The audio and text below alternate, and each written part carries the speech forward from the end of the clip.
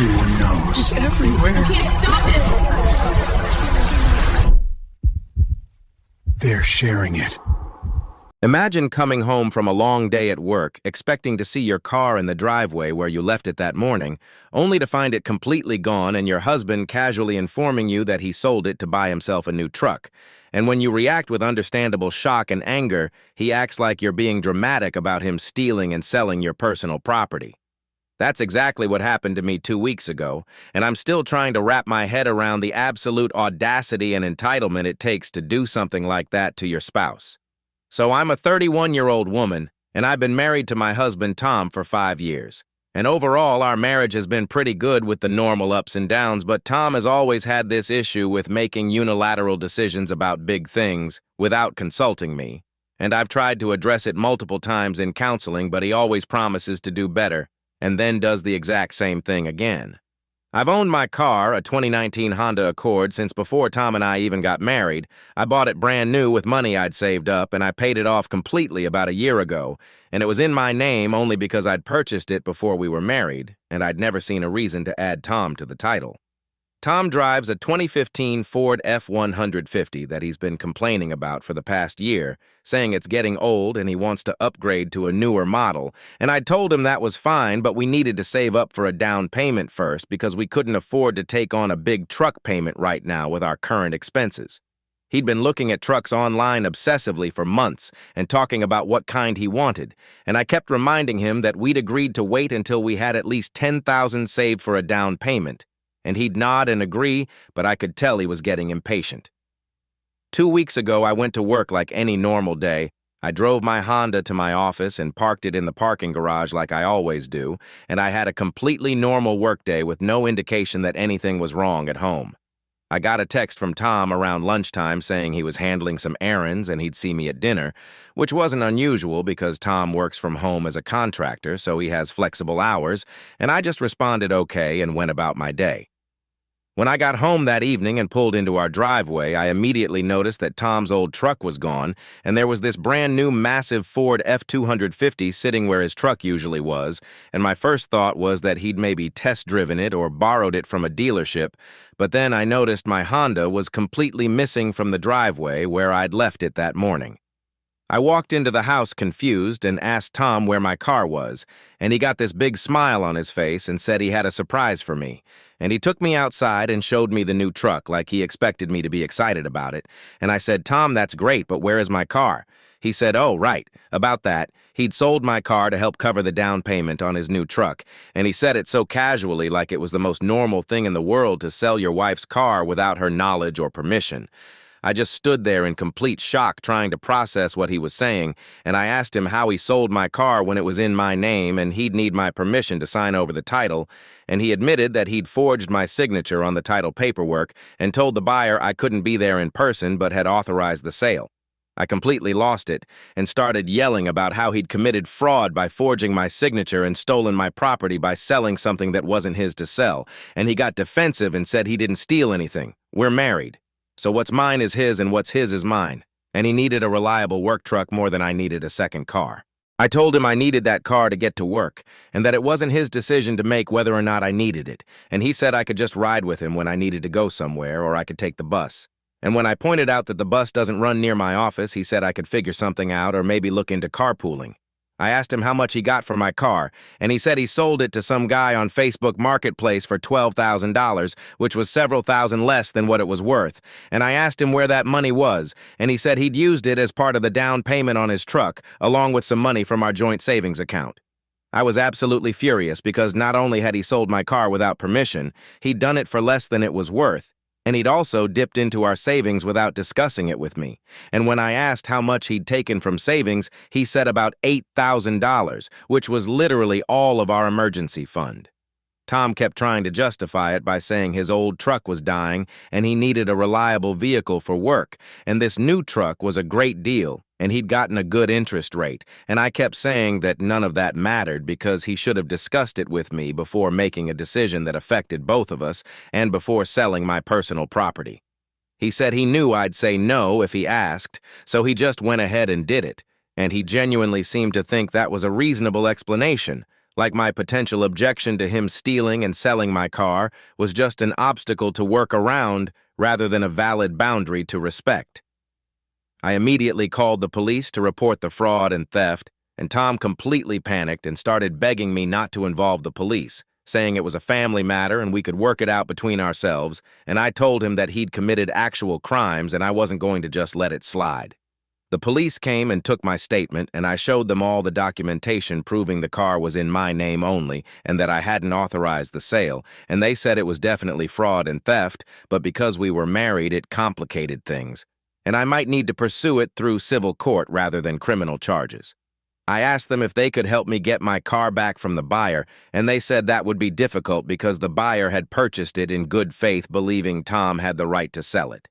And I'd probably need to sue Tom to get compensation for the value of the car and then let the buyer and Tom sort out the car situation between themselves. After the police left, Tom was furious with me for calling them and said I was trying to get him arrested over a misunderstanding, and I told him it wasn't a misunderstanding. He deliberately forged my signature and sold my property and spent all our savings without my consent, and those were intentional choices, not accidents. He said he thought I'd be happy about the new truck once I saw it and that I was overreacting to the car situation, and I told him I didn't give a shit about his new truck. I cared about the fact that my husband thought it was acceptable to steal from me. I called a lawyer the next day and explained the situation, and she said I definitely had grounds for a lawsuit to recover the value of my car plus damages. And she also said this kind of behavior was a red flag for financial abuse, and I should seriously consider whether I wanted to stay in this marriage. I'd been thinking the same thing because this wasn't just about the car, it was about Tom's complete disregard for my autonomy and property and his willingness to commit fraud and theft to get what he wanted, and those weren't qualities I wanted in a husband. Tom started trying to do damage control over the next few days. He called the truck dealership to see if he could return the truck, but they said no because he'd already driven it off the lot and signed all the paperwork, and he tried to contact the guy who bought my car to see if he'd sell it back, but the guy blocked him after Tom explained the situation because he didn't want to get involved in our marital drama. I moved into our guest room and told Tom I needed space to think about whether I wanted to continue this marriage, and he started love-bombing me with apologies and promises that he'd never do anything like this again, and he even offered to buy me a new car with money we didn't have, and I told him that wasn't the point. The point was that he'd violated my trust in such a fundamental way that I didn't know if we could recover from it. Tom's family got involved because he called his mom crying about how I was threatening to leave him over a car, and his mom called me to say I was being too harsh and that men sometimes make stupid decisions, but that doesn't mean I should throw away my marriage. And I asked her if she'd be okay with someone stealing and selling her car without permission, and she got quiet and admitted that no, she wouldn't be okay with that. I also told my family what happened, and they were absolutely horrified. My dad said he'd never trusted Tom, and this proved he was right. And my brother offered to come beat Tom up, which I appreciated but declined. And my mom said I needed to leave immediately because this kind of behavior only escalates. I consulted with my lawyer about next steps, and she said I could either sue Tom for the value of the car plus damages and try to work on the marriage, or I could file for divorce and include the car situation as part of the divorce settlement, and I was leaning heavily toward divorce because I couldn't imagine staying married to someone who thought this was acceptable behavior. Tom found out I was consulting with a divorce attorney and completely broke down. He said he'd made a terrible mistake and he'd do anything to fix it, and he even suggested we could sell his new truck and use that money to buy me a replacement car. And I told him that still didn't solve the underlying problem, which was his complete lack of respect for me and my property. We went to an emergency marriage counseling session, and the therapist was honestly shocked when I explained what happened. And she point-blank asked Tom what had been going through his mind when he decided to forge my signature and sell my car. And he said he'd convinced himself that because we were married it was technically community property even though it was only in my name, and the therapist explained that wasn't how any of that worked, and what he'd done was both illegal and a massive violation of trust. During that session, Tom finally seemed to grasp the severity of what he'd done, and he admitted that he'd been so focused on getting the truck he wanted that he'd rationalized away all the reasons why selling my car was wrong. And he said he'd been telling himself that I'd be upset initially, but would get over it once I saw how happy the new truck made him. The therapist asked him why my happiness and my needs were less important than his happiness and his truck, and he couldn't really answer that except to say he hadn't thought about it that way. And the therapist said that was exactly the problem. He hadn't thought about me at all. He'd only thought about himself. I told Tom during that session that I wanted a divorce, and he begged me to reconsider and give him a chance to prove he could change, and I said I'd already given him multiple chances over the years every time he made major decisions without consulting me, and this was just the most extreme example of a long-standing pattern. Tom asked what he could do to make this right, and I told him honestly there wasn't anything he could do at this point because the damage was done.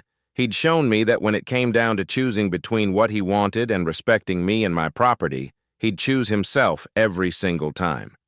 He ended up selling the new truck at a significant loss because he'd only had it for 2 weeks and the dealership wouldn't take it back, and he used that money to buy me a used car that was nowhere near as nice as my Honda had been, and he thought that would fix everything, but it didn't, because it wasn't about the car anymore. It was about the trust that was completely destroyed. I'm currently living with my parents while I figure out my next steps. And I've filed for divorce, and I'm suing Tom for the full value of my car, plus the money he took from our joint savings, plus damages for the emotional distress and inconvenience he caused. Tom is still trying to convince me to work things out, and he's telling everyone who will listen that I'm leaving him over a car. But what he's not telling people is that he stole my car and forged my signature and drained our savings and committed multiple crimes in the process. And when our friends and family hear the full story, they're universally on my side. His family is still making excuses for him, saying he made a mistake, but he's trying to fix it. And I've had to explain multiple times that this wasn't a mistake. Mistakes are accidental, and what Tom did was a series of deliberate, calculated choices, and the only thing he regrets is getting caught and facing consequences. The lawyer says my case is very strong both for the lawsuit and for the divorce, and Tom will likely end up having to pay me significant money to compensate for what he did. But honestly, I don't even care about the money at this point. I just want to be free from someone who thinks my autonomy and my property are negotiable. I've learned a lot from this situation about red flags in relationships and how important it is to address concerning behaviors early before they escalate into something like this. And I've realized that Tom's pattern of making unilateral decisions was always a problem, but I'd minimized it because the previous decisions were less extreme than literally stealing my car. Looking back, I can see times when Tom would make big purchases without discussing them with me, or he'd commit us to plans without asking if I was available, or he'd make decisions about our home that affected both of us, but he'd present them as already done, and I'd get upset, but then I'd let it go because I didn't want to be the nagging wife, and that was a mistake. My therapist has helped me understand that Tom's behavior is a form of financial abuse and control, and people who engage in this kind of behavior rarely change without serious intervention and personal work, and even then it's not guaranteed. And I shouldn't stay in a marriage hoping Tom will eventually respect me when he's shown me repeatedly that he won't. I'm doing okay now considering everything. I'm angry and hurt, and I feel betrayed. But I'm also relieved to be away from Tom, and to be making decisions about my own life without worrying about what he'll do behind my back. The divorce should be finalized in a few months, and then I can completely move on from this chapter of my life, and I'm actually looking forward to being single again and having full control over my own property and finances without someone who thinks he has the right to make decisions for me. So that's the story of how my husband stole and sold my car to buy himself a truck and destroyed our marriage in the process. And if nothing else, I hope this story helps someone else recognize similar red flags in their own relationship before it gets to this point. Now I'm curious, what would you do if your partner sold your car without asking to buy themselves something they wanted?